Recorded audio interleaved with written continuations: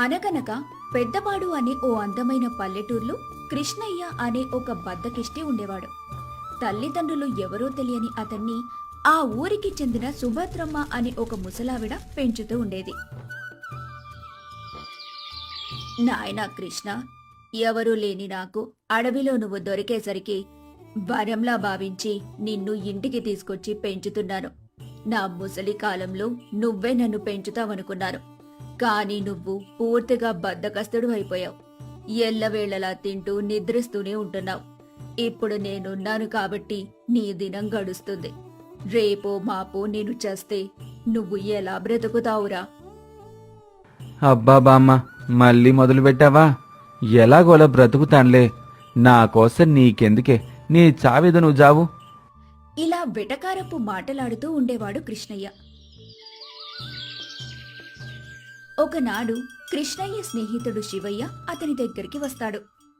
ఒరే కృష్ణయ్య, నీతో కలిసి ఆడుకున్న మేమందరం ఏదో ఒక పనులు చేస్తూ జీవితంలో స్థిరపడ్డాం. నీకు మాత్రం సిగ్గులేదేంట్రా? ఆ ముసలావిడ కష్టంతో బ్రతుకుతున్నావు. సర్లే, నీ సంగతి నాకెందుకు గాని, ఇదిగో ఇది చూసావా? చిన్నప్పుడెప్పుడు అంటుండేవాడివిగా ఎప్పటికైనా ఒక ఎడ్లబండి కొనాలి అని. నేనైతే ఈ ఎడ్లబండిని కొన్నాను. ఈ జీవితంలో నువ్వు ఎడ్లబండిని కొనలేవుగా. వచ్చి నా బండిని ఓ 2 రోజులు తోలు. ఊరికేం కాదులే, నీకు కాస్త బాడుగిస్తాను. ఏంట్రా శివయ్య, ఒక ఎడ్లబండి కొనగానే కళ్ళు నెత్తికెక్కినట్టున్నాయి. నీ దగ్గర నేను ఊడిగం చేయడమేంటి? కావాలంటే ఆ బండికు లేదో నేనే నీకిస్తాను. నన్ను ఈ ఊరంతా తిప్పు నీ బండి మీద. నాకు నువ్వు కూలి ఇస్తావా? ఎక్కడి నుంచి సంపాదించావేంటి? ఆ ముసలావిడ డబ్బు తేరగా తింటున్నావు. ఆవిడ డబ్బు ఖర్చు పెట్టడానికి నీకు సిగ్గు లేకపోవచ్చు గాని ఆవిడ డబ్బు తీసుకోవడానికి నాకు సిగ్గు లేదా ఏంటి? ఊరికే బండి మీద తిప్పుతాను, వీలైతే రారా. అలా చెప్పి శివయ్య వెళ్ళిపోతాడు. శివయ్య మాటలకు కృష్ణయ్యకు కోపమొస్తుంది. కాని చేసేదేమీ లేక మనసులో ఇలా అనుకుంటాడు. వీడికెంత పొగరు పెరిగింది! ఆ ఎడ్లబండిని చూసుకునేగా ఇంత పొగరు. నేను కూడా పట్నం వెళ్ళి ఏదో ఒక పని చేసి ఎడ్లబండిని కొనాలి. 1 కాదు 2 కొంటాను, నా సొంత కష్టంతో. 2 ఎడ్లబండ్లు కొంటే అప్పుడు అర్థమవుతుంది వీడికి. ఈ ఊరి వాళ్ళకి నేనంటే ఏంటో తెలుస్తుంది. ఇలా అనుకుంటూ మొట్టమొదటిసారిగా ఆ బద్ధకాన్ని వదిలేసి ఇంటి నుండి బయటకు అడుగు పెడతాడు. అప్పుడే సుభద్రమ్మ ఎదురవుతుంది.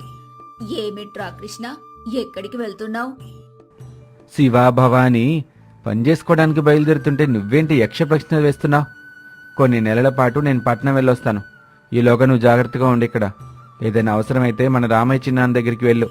నెలకొకసారి ఉత్తరం రాస్తూ ఉంటానులే. నా గురించి నువ్వు కంగారు పడబాకు అంటూ పట్నానికి బయలుదేరతాడు కృష్ణయ్య. వామ్మో, 2 వీధులు దాటేసరికి ఆయాసం మొదలైంది. పట్నానికి ఎలా పోవాలో ఏంటో. నా దగ్గరేమో కొంచెం డబ్బే ఉంది. ఈ డబ్బులతో కానీ ఎడ్ల బండి ఎక్కితే డబ్బంతా ఇక్కడే ఖర్చు అవుతుంది. అయితే అవనివ్వలే, పట్నం చెరగానే ఏదో ఒక పని చేసి డబ్బు సంపాదించేస్తాను అనుకుంటూ ఎడ్లబండెక్కి తన దగ్గర దాచుకున్న డబ్బునంతా ఎడ్లబండికే ఖర్చు చేస్తాడు కృష్ణయ్య. మొత్తానికి పట్నం చేరుకుంటాడు. అమ్మయ్యా, పట్నం చేరుకున్నాను. పొద్దున్నుంచి ఏమీ తినలేదు. కడుపులోనేమో ఎలకలు పరిగెడుతున్నాయి. ఇక్కడేదో అన్నసత్రంలా కనిపిస్తుంది. వెళ్ళి కడుపు నిండా భోజనం చెయ్యాలి అనుకుంటూ అన్నసత్రం వైపు అడుగులు వేస్తాడు కృష్ణయ్య. ఇంతలో పాపారావనే ఒక ఆయన కనిపించి ఇలా అంటాడు. ఏమిటి బాబు, ఈ సత్రంలోకి వెళ్తున్నావు? ఇది ఉచిత అన్న సత్రం కదా. ఇక్కడ అన్నము మజ్జిగ అప్పడం తప్పితే మరేదీ ఉండదు. అదే ఆ పక్కనున్న మా భోజనశాలలో అడుగుబెట్టు, పప్పుచారు వాసనతో మైమరిచిపోతావు. రకరకాల కూరల సువాసనలు పుష్టిగా భోంచేసిన వాళ్ళకి కూడా ఆకలి తెప్పించేస్తాయి. ఇక వేడి వేడి అన్నం సంగతి అంటావా అని ఏదో చెప్పబోతుంటే ఆపి మరి కృష్ణయ్య ఇలా అంటాడు. ఆ పాపు, అర్థమైంది. మీ భోజనశాలలోని ఆహారం అమృతంలా ఉంటుందంటావు, అంతే కదా? మరెందుకు ఆలస్యం? పద అక్కడికే వెళ్దాం అంటూ చక్కగా భోజనశాలలో కడుపు నిండా భోజనం చేస్తాడు కృష్ణయ్య. వీడెవడో ధనవంతుల్లా ఉన్నాడు. ఎడ్ల బండి నుంచి దిగాడు. పైగా ఆపమని అనకుండా తింటున్నాడు. డబ్బంటే లెక్కేలేనట్టుంది. ఈ రోజు నా పంట పండింది అలా మనసులో అనుకుంటూ ఉంటాడు. ఇంతలో కృష్ణయ్య పుష్టిగా భోంచేసి చేతులు కడుక్కొని చక్కగా వెళ్ళిపోతూ ఉంటాడు. ఓ బాబూ, ఆగాగు, ఎక్కడికి పోతున్నావు? నువ్వు తిన్న భోజనానికి డబ్బు చెల్లించు. అదేంటి, ఉచితంగా భోజనం పెట్టరా మీరు? ఇక్కడ ఉచితంగా ఎందుకు పెడతారు? అక్కడ ఆ సత్రంలో ఉచితంగా పెడతారు. కానీ అక్కడ రుచిగా ఉండవనేగా నేను ఇక్కడికి తీసుకొచ్చింది.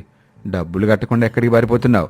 ఎడ్ల బండి మీద వచ్చావంటే డబ్బు గలవాడు అనుకున్నాను. ఇలాంటి బాపత అనుకోలేదు. నా మానాన్ని నేను ఆ ఉచిత సత్రంలోకి వెళ్తుంటే ఇక్కడికి ప్రేమగా తీసుకొస్తే ఏమో అనుకున్నాను. ఇలా మోసం చేసి డబ్బులు గుంజేస్తావు అనుకోలేదు. అయినా నా దగ్గర రూపాయి కూడా లేదు. ఉన్న డబ్బులన్నీ ఎడ్ల బండికి ఖర్చు అయిపోయాయి. ఏదో కష్టపడి డబ్బు సంపాదించుకుందామని ఈ ఊరొచ్చాను. సరిపోయింది. ఇప్పుడు నువ్వు తిన్న భోజనం అంతా నేను కక్కించలేనుగా. ఓ పని చేయి, మా భోజనశాలలో ఉన్న గిన్నెలన్నీ దోము. ఏంటి, గిన్నెలు తోమాలా? నాకు అసలే పని రాదు. మరేమొచ్చు? కడుపు నిండా తింటావా? మర్యాదగా తోముతావా?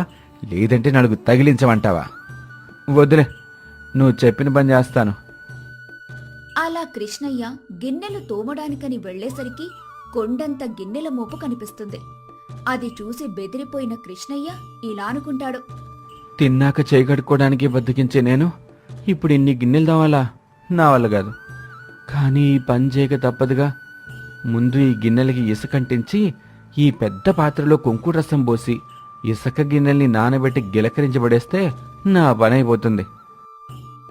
అలా ఆ కొండంత గిన్నెలను అరగంటలో శుభ్రం చేసేస్తాడు కృష్ణయ్య.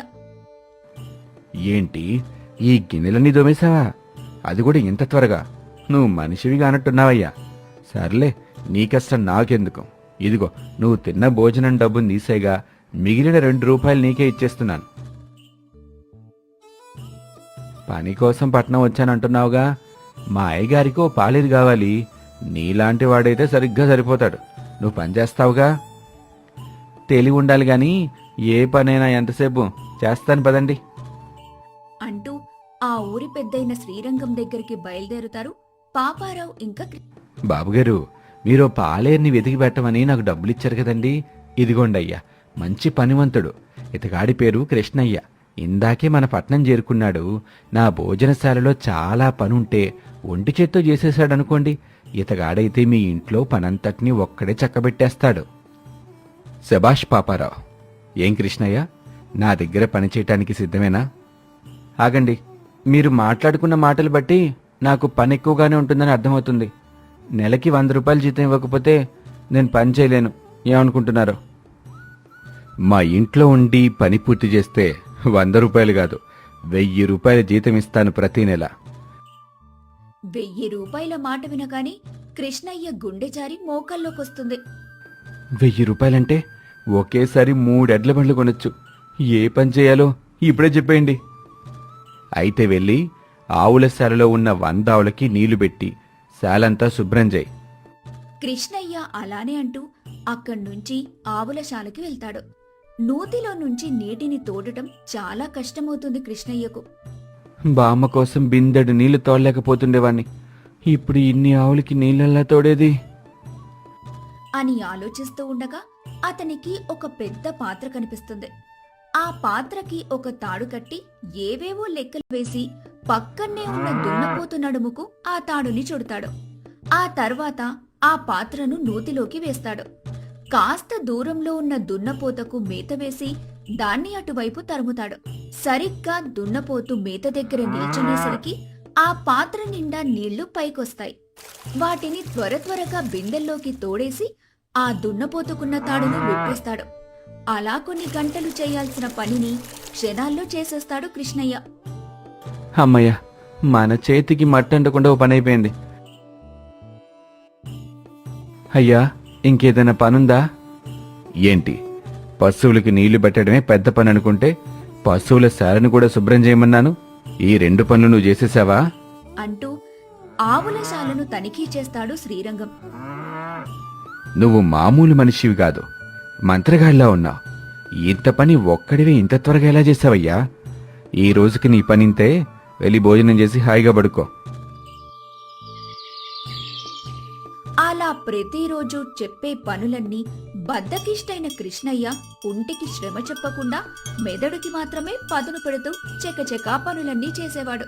అతని పనితనానికి మెచ్చుకున్న శ్రీరంగం తాను చెప్పిన జీతం కంటే ఎక్కువ జీతం ఇస్తూ 3 పూటలా మంచి భోజనం పెట్టేవాడు. నేను పట్నం వచ్చి 6 నెలలు అవుతుంది. 2 ఎడ్ల బళ్ళు కొందామని ఈ ఊరొస్తే 10,000 కూడా పెట్టుకున్నాను. అక్కడ మా ముసలిది ఎన్ని కష్టాలు పడుతుందో ఏంటో. త్వరగా వెళ్ళి మా ముసలిదాన్ని కూడా ఇక్కడ తీసుకొచ్చేయాలి అనుకుంటూ తన ఊరికి వెళ్తాడు కృష్ణయ్య. అతన్ని చూసి ఆ ఊరి వారంతా ఆశ్చర్యపోతారు. ఎడ్ల బండి, ఒంటి నిండా బంగారం, రంగురంగుల బట్టలు, మంచి చెప్పులతో ధనవంతుడిలా కనిపిస్తున్నాడు కృష్ణయ్య. నాయనా కృష్ణయ్య, వచ్చావా? ఎన్నేళ్లయిందిరా నిన్ను చూసి. ఏ రోజు నిన్ను విడిచిపెట్టి ఉండలేదు. ఈ ముసలిది నీకు గుర్తు రాలేదా తండ్రి? అయినా ఈ బండి, ఈ బంగారం అంతా ఎవరివిరా? ఇంకెవరివి? నీవే. ఒళ్ళొంచి పనిచేయడం రాకపోయినా నా బుర్రతో బోల్డంత పనిచేసి మంచి పనుండి అనిపించుకున్నానులే. ఇక ఇక్కడ మనకి పని లేదు. నేను కూడా పట్నం తీసుకుపోతాను, నాతో పాటు పదా. కృష్ణపట్నం పోవాల్సొచ్చుంటే ఎప్పుడో పోయేదాన్ని. ఈ ఊరు నన్ను చిన్నప్పటి నుండి సాకింది. నువ్వు కూడా నాకు ఈ ఊరి శివార్లలోనే దొరికావు. ఇంత ముసలిదాన్నయ్యాను. చచ్చే ముందు ఈ ఊరిని విడిచిపెట్టలేనురా. ఒక పని చెయ్యి, నువ్వు పట్నంలోనే బ్రతుకు. నెలకోసారి వచ్చి నాకు కనిపించి వెళ్ళు చాలు. కాని ఈ ఊరిని నా నుండి దూరం చెయ్యకురా. సుభద్రమ్మ ఇలా అనేసరికి కృష్ణ చలించిపోతాడు. తను సంపాదించిన డబ్బుతో అక్కడే ఓ వ్యవసాయ భూమిని కొని వ్యవసాయం చేయటం మొదలు పెడతాడు. తన తెలివైన బుర్రతో బద్దకపు పాలేరు, కొంతమంది పాలేర్లకు పనిచేసే స్థాయికి ఎదుగుతాడు.